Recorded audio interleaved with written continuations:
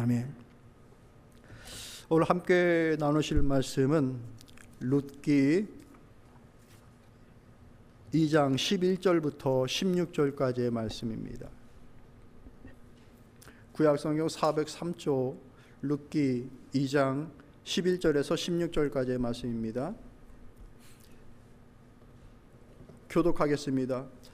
보아스가 그에게 대답하여 이르되 내 남편이 죽은 후로 내가 시어머니에게 행한 모든 것과 내 부모와 고국을 떠나 전에 알지 못하던 백성에게로 온 일이 내게 분명히 알려졌느니라. 여호와께서 내가 행한 일에 보답하시기를 원하며 이스라엘의 하나님 여호와께서 그의 날개 아래에 보호를 받으러 온 내게 온전한 상 주시기를 원하노라 하는지라. 룻이 이르되 내 주여 내가 당신께 은혜를 입기를 원하나이다. 나는 당신의 하녀 중에 하나와도 같지 못하오나 당신이 이 하녀를 위로하시고 마음을 기쁘게 하는 말씀을 하셨나이다 하니라. 식사할 때에 보아스가 룻에게 이르되 이리로 와서 떡을 먹으며 내 떡 조각을 초에 찍으라 하므로 룻이 곡식 빼는 자 곁에 앉으니 그가 볶은 곡식을 주매 룻이 배불리 먹고 남았더라. 룻이 이삭을 주우러 일어날 때에 보아스가 자기 소년들에게 명령하여 이르되 그에게 곡식단 사이에서 죽게 하고 책망하지 말며 또 그를 위하여 곡식다발에서 조금씩 뽑아 버려서 그에게 죽게 하고 꾸짖지 말라 하니라. 아멘.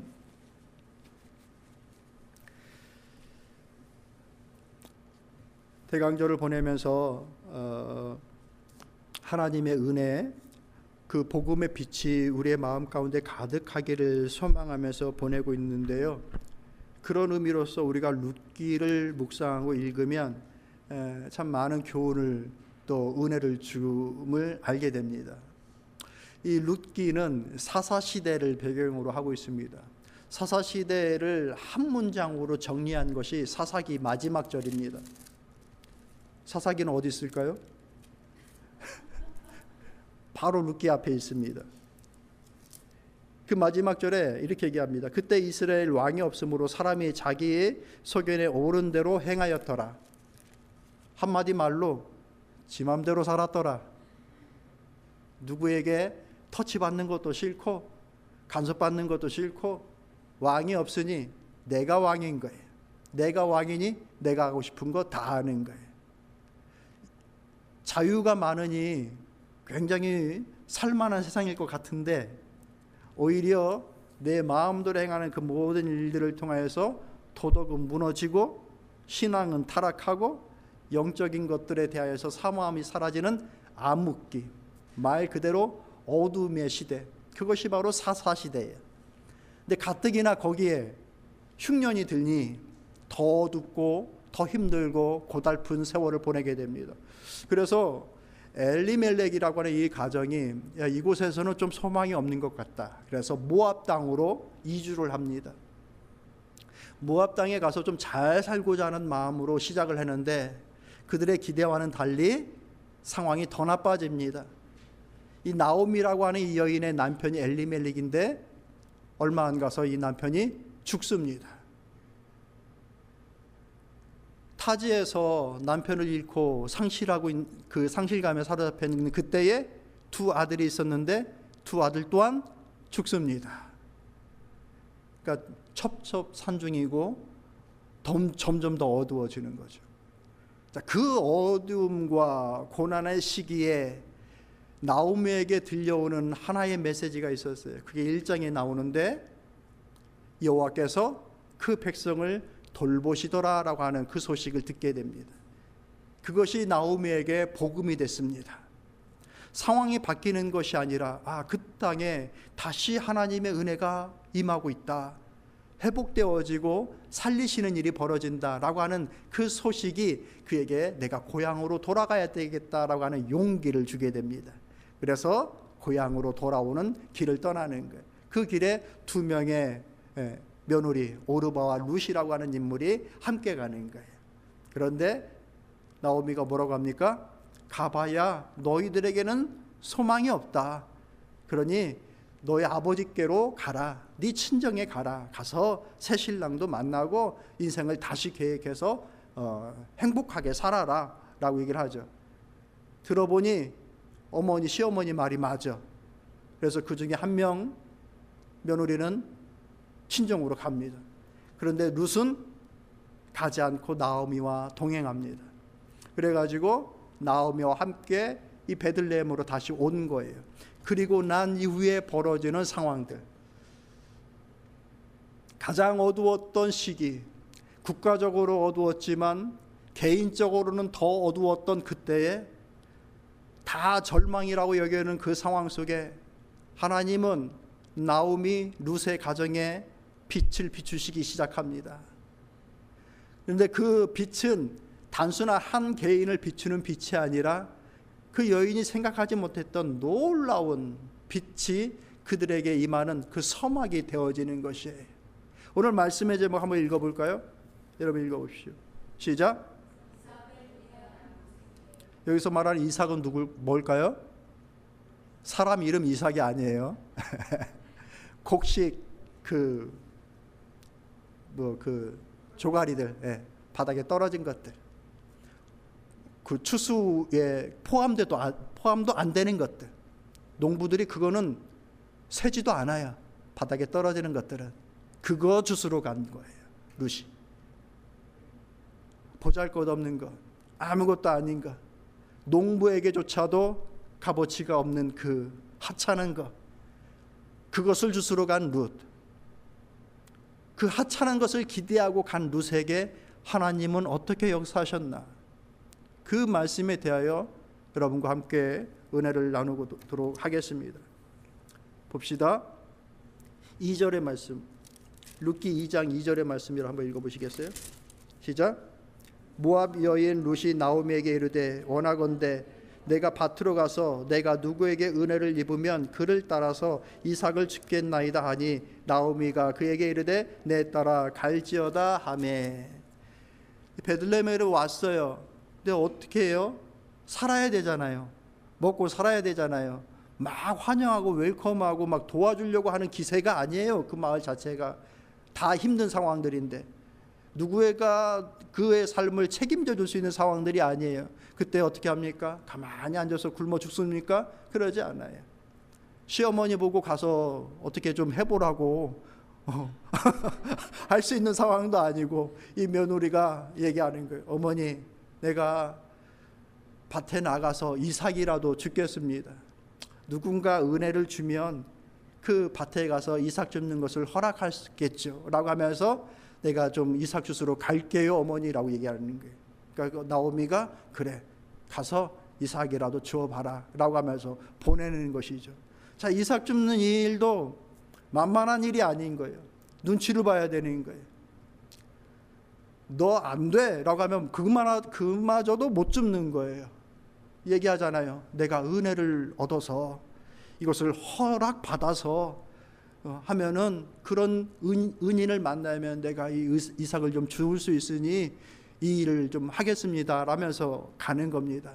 가장 작은 일. 이 이삭을 줍는다는 것은 흩어진 것을 하나씩 모은다라는 거예요. 가치가 없으니 흩어져 있어도 아무도 관심을 갖지 않는 일인 거예요. 그런데 이 가난한 이 여인에게는 그것마저라도 있어야 살 수 있는 거예요. 가장 적은 것, 자신이 할 수 있는 가장 작은 선의, 그거 아니면은 또 다른 옵션이 없는 것. 우리가 옷장의 문을 딱 열었는데 막 이렇게 선택할 옷이 굉장히 많아요. 그 사람 부유한 사람이에요? 안 부유한 사람이에요? 나름 부유한 사람이에요. 선택할 옷이 있다라는 게. 근데 뭐 옷장도 없어요. 그냥 벽걸이에 옷 하나 달랑 있는 거예요. 선택이 없어요. 자, 그런 거. 생계를 위해서 뭘 선택할 수 있는 상황이 아닌 것. 딱 하나 남아있는 것. 누군가에게 불쌍히 여겨져서 이삭 줍는 것이라도 허락받아 그것만이라도 좀 줄 수 있는 그 상황. 딱 그거 기대하면서 집을 나서는 겁니다. 그런데 이것이 단순하게 그가 그 생계를 위하여서 어쩔 수 없는 그것만을 위하여서 목적을 갖고서 간 일인가? 아니요. 거기에는 이 룻이 가지고 있는 선한 의도가 드러나고 있어요. 먹고 살아야 되겠다라고만으로 끝나는 문제가 아니라 왜 그렇게 해야 되는지에 대한 그 선한, 룻이 가지고 있는 그 선한 마음이 여기에 담겨져 있는 거예요. 11절과 12절의 말씀 여러분 한번 읽어보시겠습니까? 11절 12절 말씀 있습니다. 시작.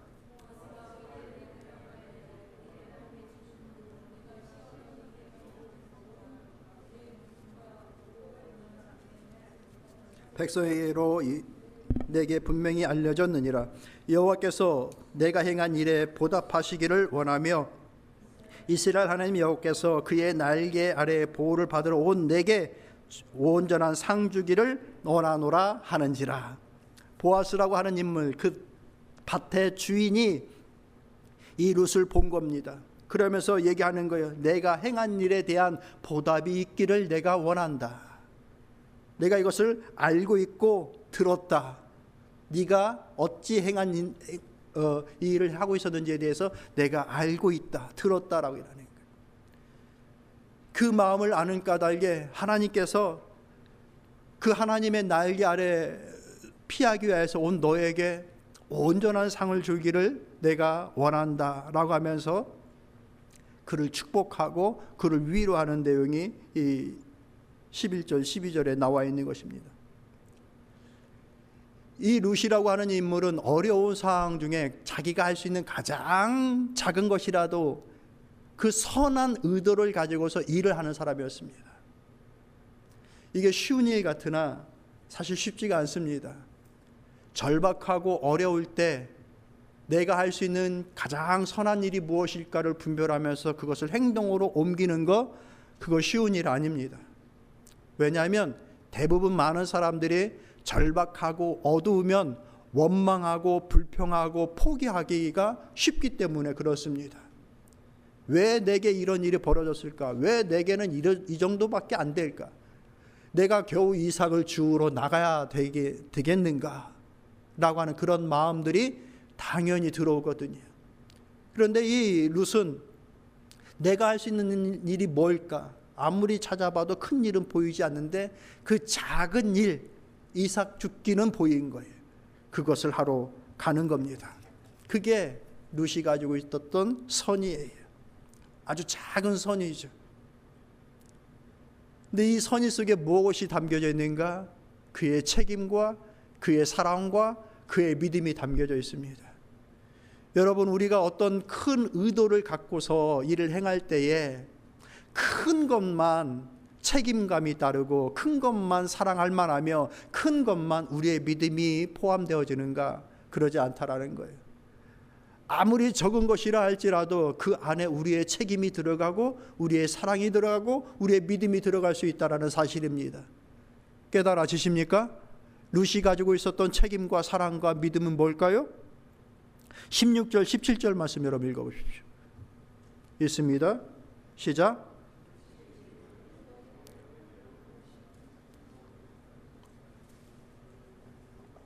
말씀 없어요?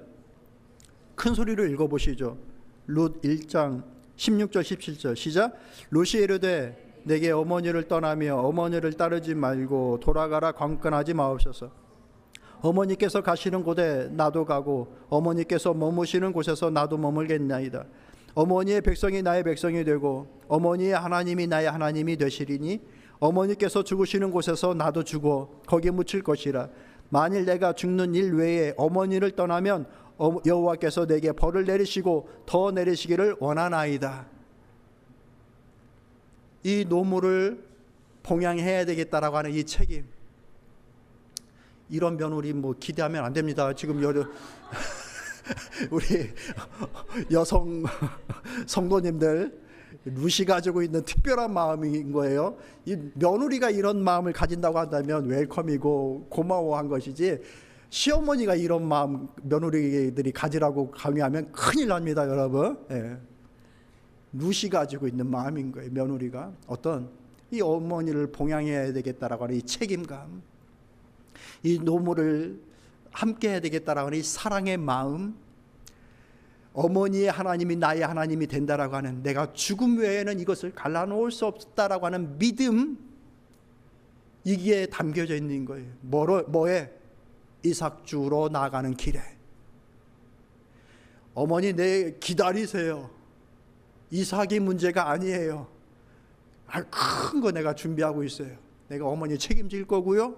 어머니 사랑하는 거 의심하지 마세요. 내게 믿음 있는 거요? 의심하지 마세요. 좀만 기다려서 큰 거 옵니다. 이삭 죽기는 아니에요. 이럴 수가 참 많은 것이죠. 그런데 이 룻은 이 이삭 줍는 이 작은 일로 그의 책임과 그의 사랑과 그의 믿음을 다합니다. 사랑하는 성도 여러분, 우리가 하나님의 은혜, 주의 일에 힘써 나갈 때에 거기에 똑같이 우리의 책임과 사랑과 믿음이 요구되어집니다.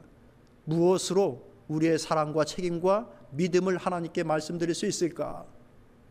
눈에 보이는 빛나는 일들, 손에 잡히는 커다란 일들, 남들 다 아는 그 커다란 일들이 하나님 앞에 보여지는 것들일까? 그러지 않을 수 있다라는 거예요. 이 이삭 줍기처럼 참으로 연약하고 부족하고 남들 관심에도 비춰지지 않는 것들, 그런 것들이 하나님을 향한 나의 책임과 하나님을 향한 나의 사랑과 하나님을 향한 나의 믿음을 다 대변할 수 있다라는 사실입니다. 사랑하는 성도 여러분에게 깨닫는 마음이 있기를 진심으로 소망합니다. 임마누엘 하나님, 그 하나님을 우리가 경험하고 체험하기로 한다고 한다면 이 작은 것을 소홀히 하면 안 됩니다. 왜냐하면 이 작은 일들을 통하여서 하나님은 그 구원의 서막을 여셨거든요. 그날 이 룻이 이삭 줍기에 나서질 않았다고 한다면 보아스를 만날 수 있었을까? 못 만나는 거예요. 이 작은 일을 외면하면 그 위대하신 하나님을 경험하거나 만날 수가 없게 되어지는 거예요. 사랑하는 우리 집사님들, 또 사랑하는 우리 청년들, 학생들, 내게 주어진 이 작은 일들이라고 하여서 결코 소홀히 여기지 마시길 바랍니다. 나는 이것이 이삭 줍기라고 생각하면서 임하는데 그것은 이삭 줍기가 아닐 수 있는 거예요. 하나님 앞에 그게 엄청난 일을 발휘할 수 있는 거예요. 내가 예배를 돕는 일들, 그 일에 사용되어지는 일들, 교회를 세워나가는 일들에 내가 한몫 감당하고 있는 그 일들, 그래도 소홀하게 가볍게 여기질 마시기를 권면합니다. 아멘 하십시오. 강요한 것 같아서 죄송한데 아멘 하셔야 되는 거예요. 이 너무 많이 놓친다라는 거예요. 이삭이라고 생각해서 농부도 곡식으로 생각하지 않으니 나도 곡식으로 생각하지 않는 거. 아니요, 나는 그거 아니면 굶어 죽어요. 룻은 남들에게는 아무것도 아니어도 내게는 그것이 나를 살리는 일이 되는 거예요. 내게는 그 주어진 그 일이 내 믿음을 지키는 거예요. 여러분, 결코 가볍게 여기지 마시길 바랍니다. 거기에 온 책임을 다 쏟아 넣으십시오. 거기에 온 믿음을 다 쏟아 넣으시고 거기에 온 사랑을 다 쏟아 놓으세요. 그리하면 임마누엘 하나님을 경험합니다. 하나님이 어디 계십니까? 큰 기도의 응답을 바라면서 큰 기도가 응답되어졌을 때 비로소 하나님이 나와 함께 하셔, 나는 하나님의 자녀야, 그럼 그렇지라고 하는 그런 생각들. 아니야, 그 이삭 속에서 하나님은 역사하시는 거예요. 사랑하는 성도 여러분, 나는 이삭을 기대하지만 하나님은 이삭으로 멈추질 않습니다. 볼까요? 11절 말씀을 다시 한번 읽어볼게요. 여러분들 시작. 보아스가 그에게 대답하여 이르되 내 남편이 죽은 후로 내가 시어머니에게 행한 모든 것과 내 부모와 고국을 떠나 전에 알지 못하던 백성에게로 온 일에 내게 분명히 알려졌느니라 라고 일하고 있습니다. 룻이 행한 모든 일들을 알게 됐다라고 얘기를 하는데 이것이 단순하게 보아스만 그 룻의 일을 알게 됐다라는 것을 의미하는가? 아니요, 하나님께서 알게 됐다라고 일하는 거예요. 어떤 일을 행하였는지 사람들은 주목하지 않고 알려고 하지도 않지만 보아스는 그것을 주의 깊게 받고 그 여인을 주의 깊게 봅니다. 그게 하나님의 마음이에요. 이삭 줍는 거 신경도 안 씁니다. 누가 이삭을 줍고 누가 얼마만큼 가져갔는지 신경도 쓰질 않습니다. 그런데 보아스는 그 여인이 이삭 주우러 온 것을 봅니다. 그러면서 하나님의 은혜가 너에게 있기를 원하고, 하나님의 위로가 너에게 있기를 원하고, 하나님의 상이 너에게 있기를 원한다라고 하면서 그를 축복합니다. 보아스가 다 아는 거예요. 왜 압니까? 하나님이 아시니까 아는 거예요. 왜 압니까? 하나님께서 보아스 보고 알라고 하시니까 아는 거예요. 그 말은 뭐예요? 모든 일에 대해서 하나님이 아셔요. 아무리 적은 일이라 하더라도. 심지어 예수님은 뭐라고 얘기하십니까? 마태복음 6장 4절에서 은밀한 중에 보시는 너희 아버지께서 갚으시리라 라고 말씀하십니다. 아무리 적은 것이라 하더라도 하나님이 다 보신다. 우리의 작은 기도, 울부짖음, 외침, 우리의 작은 헌신, 사람들은 너무 적게 보이니까 다 외면할 줄 몰라도 하나님은 다 보셔요. 믿으십니까? 하나님은 보셔요. 그것을 가지고서 우리가 하나님 앞에 나아가는 겁니다. 예전에 너무 기가 막혀가지고 잊혀지지도 않아요. 두 형제 이야기인데, 형과 동생인데요. 형은 한 5살, 6살 정도 된 것 같아요. 동생은 한 2살, 3살 된 것 같아요. 근데 이제 제가 옆에서 들었던 거예요. 그 형이 하는 얘기를. 뭐 형 마음에 안 들었나 봐요. 동생이 어떤 하는 행동들이. 그래서 이 동생을 가르치는 형의 얘기가 어떻게 되냐. 하나님은 다 알고 계셔. 하나님은 다 보고 있어. 이 동생한테 얘기하는 거예요. 5살, 6살 정도 된 아이가 2-3살 정도 된 아한테 엄마한테 자기가 많이 들었던 얘기일 것 같아요. 제 생각에는. 단순한 얘기가 아니라 진짜 그런다는 얘기예요. 하나님은 우리의 이 작은 것들도 다 보셔요. 그래서 갚아주셔요. 여러분, 믿음으로 행하십시오. 큰 일도 믿음으로 하지 않으면 하나님과 상관없어요. 그런데 작은 일도 믿음으로 하면 그건 다 하나님의 나라와 상관이 있습니다. 믿습니까? 나라의 대통령이 돼도 믿음으로 하질 않으면 그거 하나님과 상관없어요. 그러나 저 시골 이장이 돼도 믿음으로 하면 하나님이 다 보셔요. 무엇이 크냐? 우리의 관점과 가치관의 차이겠죠. 저는 목사이기 때문에 일의 직책의 문제가 아니라 하나님이 보시고 알고 모르시고의 문제가 훨씬 크다라고, 그것이 더 중요하다라고 여기는 사람이에요. 우리가 그런 믿음의 길을 가기를 진심으로 소망합니다. 그 길에 임마누엘 하나님이 내 삶 가운데 있음을 알게 되는 거예요. 아무리 큰 일을 해보십시오. 하나님 없이 상관없이 행하면 하나님이 나와 같이 하는 일을 알 수가 없어요. 어떻게 압니까? 다 내가 하는 일들인데, 사람이 하는 일들인데. 그러니 작은 일들이라 하더라도 하나님이 보신다, 기쁨이 되어진다, 영광 받으신다라는 그 마음으로 그 일을 행하십시오. 그러면 하나님께서 외면치 않습니다. 잊어버리지 않습니다. 그대로 하나님의 때에 그것이 열매가 되게끔 하십니다. 할렐루야. 12절의 말씀을 여러분 읽어보십시오. 시작. 이스라엘의 하나님 여호와께서 그의 날개 아래 보호를 받으러 온 내게 온전한 상 주시기를 원하노라 하는지라. 할렐루야. 얼마나 힘이 되고 위로가 되는 말씀인지 몰라요. 지난 25년도 회기 동안 열심히 수고하신 사랑하는 성도 여러분 모두에게 이 말씀으로 축복합니다. 하나님이 여러분이 행한 모든 일들의 보답이 있기를 기도합니다. 또한 여러분이 행한 모든 일들에 대한 하나님의 상이 있기를 기도합니다. 준우만 나면 하는 거예요. 자, 이 지금 장면이 어떤 장면인가? 이삭 주스로 간 룻에게 온 보아스의 축복인 거예요. 여러분, 우리는 보아스를 기대하지 못하고 이삭 줍는 자리에 나갑니다. 우리는 그래요. 우리에게 주어진 삶의 일들 자리에 난 좀 더 큰 일을 해야 되는 사람인데 어떻게 나에게 이런 일만 잡히나 하는 그런 마음을 갖고 이삭 줍기 현장으로 나갑니다. 그거 아니면 살아갈 수 없는 상황일 때가 많으니까. 자, 그런 기대를 갖고서, 그 작은 기대를 가지고서 우리의 삶의 터로 나갑니다. 그런데 하나님은 그것으로 우리의 인생을 마무리 짓지 않는다라는 얘기예요. 우리는 이삭을 기대하고 가지만 하나님은 놀라운 계획을 갖고서 그것을 채우십니다.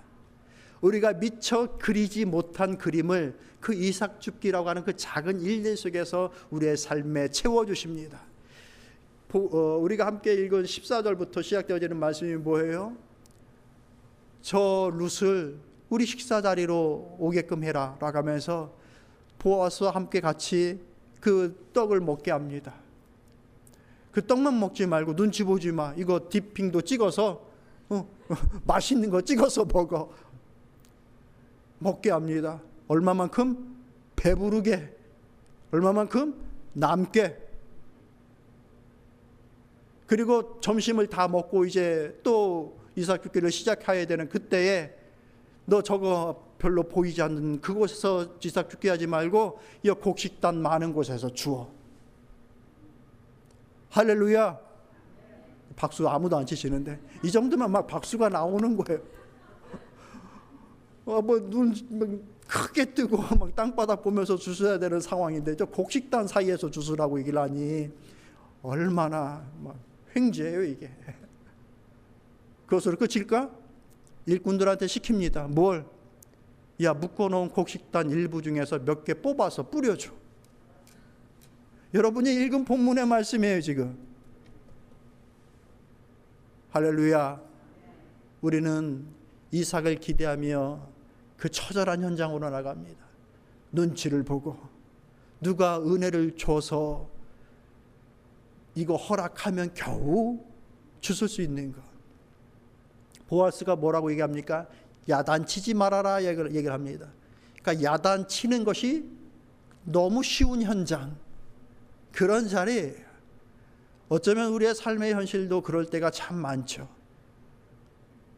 야단 맞고 무시받고 은혜를 받아야 좀 이렇게 설 수 있는 그런 자리들, 그 정도인 줄만 알고 갔는데 이보쇼, 나와 같이 식사하십시다.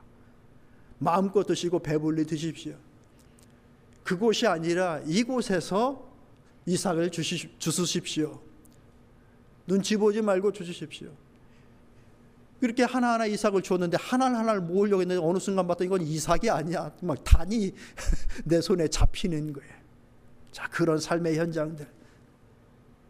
좀 돌아보면 그런 은혜를 참 많이 겪는 지난 시간들이 아니었나 그런 생각을 갖습니다. 참 고단하고 옵션이 별로 없을 것 같은 그 선택의 순간 그것을 하게 됐는데 돌아보니 그것은 이삭이 아니었던 것들, 그런 것들이 참 많았습니다. 이건 이 정도면 곡식 아니야?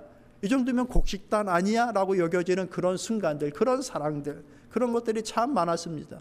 여러분들은 어떻습니까? 이삭도 안 보입니까? 아니요. 이삭 줍는 일들에 열중했는데 어느 날 봤더니 이게 이삭만이 아닌 거야.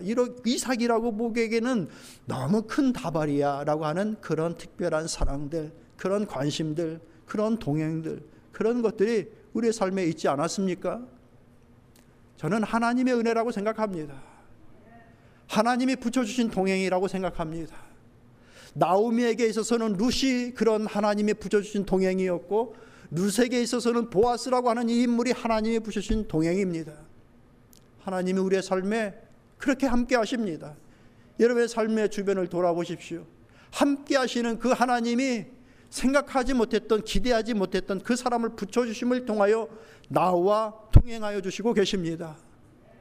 말씀을 정리하도록 할게요. 우리는 이삭을 줍는 그 심정으로 삶의 길을 나서고 삶의 현장으로 나아갑니다. 그런데 하나님은 이삭만으로 끝나지 않도록 우리의 삶을 채워주시고 또 다듬어 가시는 하나님이십니다. 그것이 임마누엘의 하나님이십니다. 하나님은 우리의 모든 삶의 현장에 이삭길을 기억하십니다.